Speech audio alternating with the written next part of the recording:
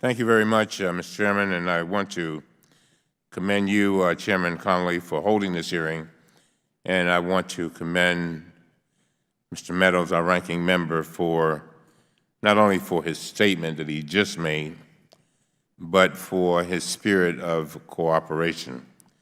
Under this administration, we are witnessing simply a stunning lack of cooperation that is hampering multiple congressional investigations and appears to be a part of a large-scale, coordinated pattern of obstruction. I do not say that lightly. It is frustrating when you cannot get documents. It hampers us in doing our job, and it literally takes away power from the Congress of the United States of America. It takes away our power. Clear and simple.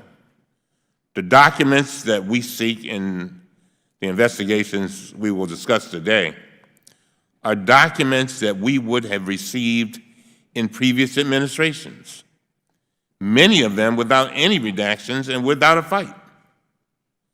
Some of them are even the types of documents that we did receive in the beginning of the Trump administration, before the President declared that he and his administration were, and I quote, fighting all subpoenas.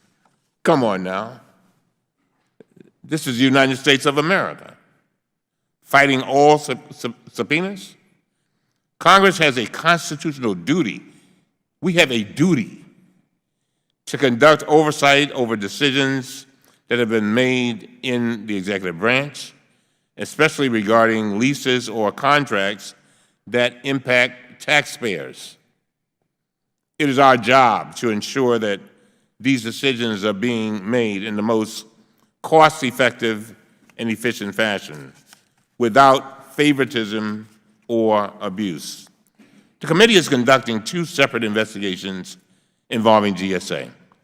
One, of its role in the decision to cancel the plan to move the FBI headquarters to a new site, suburban campus, and the other of GSA's management of the lease for the Trump Hotel in the District of Columbia.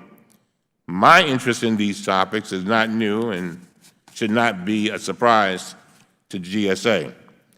I wrote my first letter on the Trump Hotel and questions about a possible breach of the lease shortly after the President was elected in the fall of 2016. Along with several members of Congress, I first wrote to Administrator Emily Murphy, raising questions about the FBI headquarters 8 months ago. 8 months ago. After becoming the committee chairman, Chairman Connolly, in his great wisdom, and I and others, sent new request letters on these topics.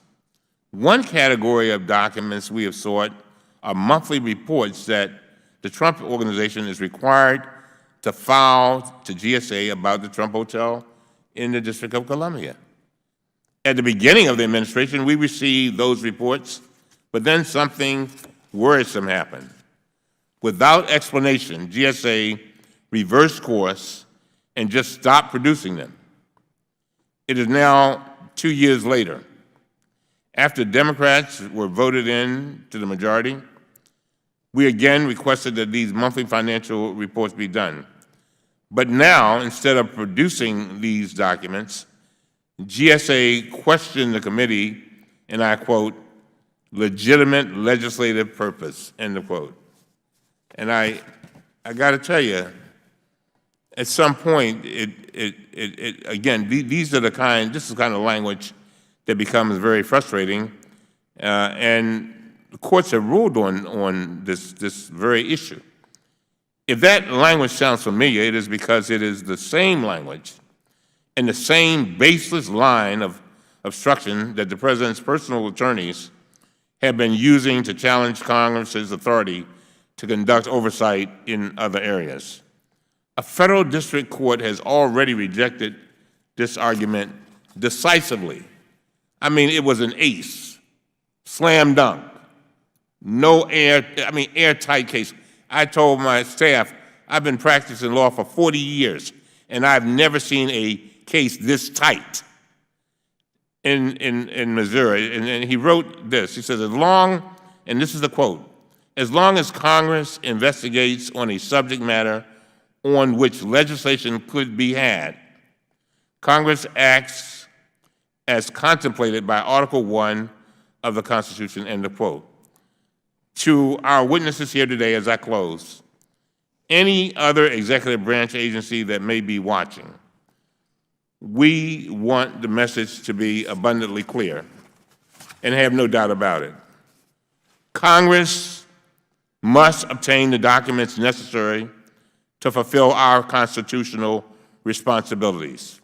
Stop obstructing us.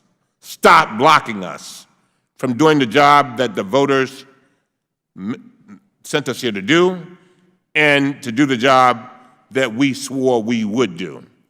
If you will not provide those documents willingly, we will issue subpoenas to compel them. In closing, let me say this. Today's hearing is not the end of the story. I appreciate that the agencies have made some movement towards compliance in anticipation of today's hearing. But what you have offered is simply not enough. You have not committed to provide us with the unredacted documents that actually explain your decisions. And to Mr. Chairman and to Mr. Meadows, again, I thank you for the cooperative spirit that we have on this subcommittee. I got to tell you, when I listen to Meadows and I listen to Connolly, they're bending over backwards and to work with you all. But at some point, you know, you feel like you're getting slapped in the face. I don't know how they feel, but that's how I feel. And as if you are just thumbing your nose at us to say, you know, we don't care. Well, we got to do better than that. Last point. You know, a lot of times people do things and they assume, they'll say, oh, Congress, I did this. I sent you 1 million pages. I mean, well, you're supposed to do that. I mean, that's what you're paid to do. You don't get any brownie points for doing what you're supposed to do. If any member of Congress, if our employees are not doing the things that they're supposed to do, they're fired, period. And we have got to get back to what is normal. I know there are going to be debates. But as Mr. Meadows said, don't throw stuff out there that is just goes against court decisions. I mean, things that you know is basically rope-a-doping. And with that, Mr. Chairman, I yield back.